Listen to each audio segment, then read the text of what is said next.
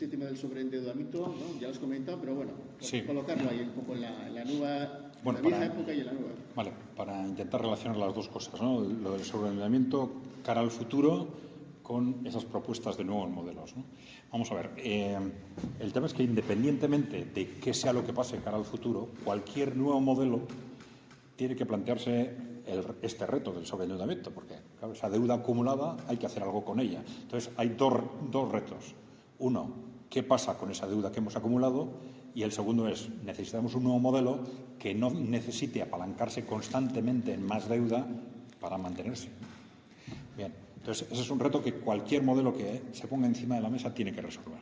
Entonces, ese reto del sobreendeudamiento, de resolver lo que ya tenemos acumulado, no es ninguna tontería. Si recordáis las cifras que hemos visto antes, bueno, estábamos hablando, ahora según cómo se mida, estamos hablando de un endeudamiento sobre la producción anual alrededor de un 300-350%, frente a una situación normalizada de un 100-150%. ¿no? Entonces, en teoría, para normalizar la situación de deuda, tendríamos que bajar, vamos a decir, un 150, un 200% sobre el PIB la deuda, ¿no? Es una barbaridad, ¿no? Entonces, ¿eso cómo se hace? ¿Cómo se hace? Bueno, entonces hay un análisis técnico que se ha hecho más de una vez y un análisis político. Porque es decir, una cosa es cómo se hace y otra cosa es quién lo paga, ¿no? Porque al final hay dos opciones. O que lo paguemos entre todos o que dentro de lo posible lo paguen los inversores. Inversores, bancos, etcétera, si queréis, ¿no? Dentro de lo posible, ¿no? Pero claro, eso depende de cómo se gestiona ese desapalancamiento, se le llama, ¿no? Esa reestructuración financiera, esa reducción drástica de deuda, ¿no? La consultora McKinsey, que es una de las más utilizadas por las multinacionales, hizo un análisis interesante que se utiliza mucho sobre históricamente qué procedimientos se han utilizado para las reducciones drásticas de deuda, para esos procesos de desapalancamiento. Y entonces, bueno, hace un análisis de distintos métodos, pues, por ejemplo, el impago, ¿no? Es decir, que no pago y ya está, ¿no? Pues eso se ha utilizado, por ejemplo, en países en desarrollo frente a cuando la deuda que tenían era externa. Ha dicho, pues, no pago la deuda que tengo, me quedo fuera del mercado financiero unos años y luego intento salir adelante. A algunos les ha salido bien y a otros mal. El problema es que esta deuda que nosotros tenemos es fundamentalmente interna. Con lo cual, si decimos no pagamos, es decir, vale, no se paga la deuda, pero entonces, ¿qué hacemos con los acreedores? Que fundamentalmente son los bancos, ¿no? Es decir, hay que resolver ese problema a la vez, antes de decir no pagamos, ¿no? Bueno, hay otros procedimientos de recortes, etcétera, pero que la propia consultora McKinsey y los expertos internacionales dicen siempre que políticamente es muy complicado. Que la gente te acepte un 200% sobre el PIB, ya os dais cuenta de que es una barbaridad.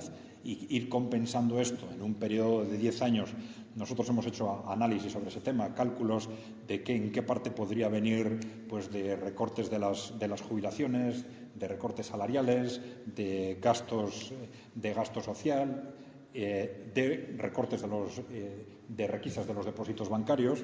Y bueno, teóricamente, pues se puede establecer un plazo de 10-15 años en el que se vaya recortando de ahí, ¿no? Pero claro, la impresión es que políticamente eso es muy, muy complicado, muy difícil, ¿no? Y lo que dicen en ellos es que históricamente las grandes reducciones de endeudamiento se han conseguido, ¿cómo? Gracias a la inflación, ¿no? A ver, supongo que de esto os dais cuenta, ¿no? Y si tú ya sabes, aunque tú tienes 1 millón de euros en el banco, ese 1 millón de euros con un 10% de inflación, el banco te debe 1 millón, pero al año siguiente te sigue debiendo 1 millón, pero ese 1 millón ya vale un 10% menos. Si hay un 10% de inflación, los intereses son cero, tú dices, te sigue debiendo 1 millón, pero en la práctica, con un 10% de inflación, los bienes y servicios que yo puedo comprar 1 millón dentro de un año son un 10% menos, ¿no? Entonces, la inflación, en la práctica, tiene un efecto de reducción de deudas. Inflación muy alta o muy continuada en el tiempo, históricamente ha sido el instrumento más eficaz para reducciones drásticas de deuda en distintos países, ¿no? Claro, lo que ahora tenemos es más complicado porque no es un país concreto, estamos hablando de todo Occidente, ¿no? Sobreendeudado, ¿no? Pero no hay que olvidar que en los análisis que hicieron entre BlackRock y los bancos centrales en el año 2019, cuando están diciendo esto ya no va más de sí, hay un problema en el sector financiero, y le recomiendan a los bancos centrales que empiecen en una nueva dinámica de expansión monetaria, de echar más dinero al mercado a través de un nuevo procedimiento, pero bueno, que va a generar inflación. Ya se sabía en el 2019 que iba a generar inflación, luego dijeron que qué sorpresa, hay inflación. Ellos lo hacen sabiendo que eso iba a ser así, pero les dice expresamente, pero bueno, hay que tener en cuenta que de cualquier forma la inflación es el procedimiento políticamente más eficiente para ir reduciendo la deuda, ¿no? El endeudamiento.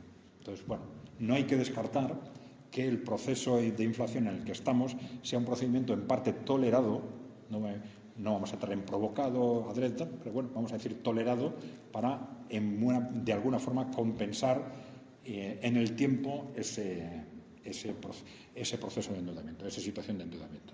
Bien.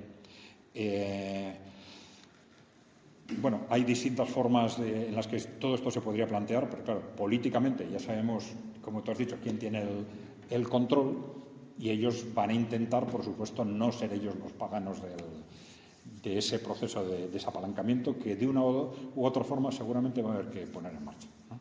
Pero bueno, al final es un tema político. ¿Quién lo gestiona y en base a qué intereses? Vale. Bueno, hay que tener en cuenta, por supuesto, quién tiene las deudas en este momento. Las deudas, básicamente, las tienen los bancos, ¿no? Por eso, cuando se dice, ¿los bancos están bien o mal? Yo sí, qué tontería, ya sabemos que están mal. No hay más que ver las cifras de deuda para saber quién tiene las deudas. Pues los bancos, pues ya sabemos que están mal. Puede haber uno que está mejor que otro y tal, pero no necesitamos análisis de estrés del Banco Central Europeo para saber que están mal, ¿no? Eso sí, hay una diferencia en los últimos años, que es que una parte de esa deuda se la ha estado comprando el Banco Central Europeo. O sea, se la hemos estado comprando todos, ¿no? O sea, durante estos últimos 10-15 años, el Banco Central Europeo les ha estado absorbiendo parte de ese riesgo, ¿no? Bien, entonces eso habría que gestionarlo también en caso de un proceso de desapalancamiento.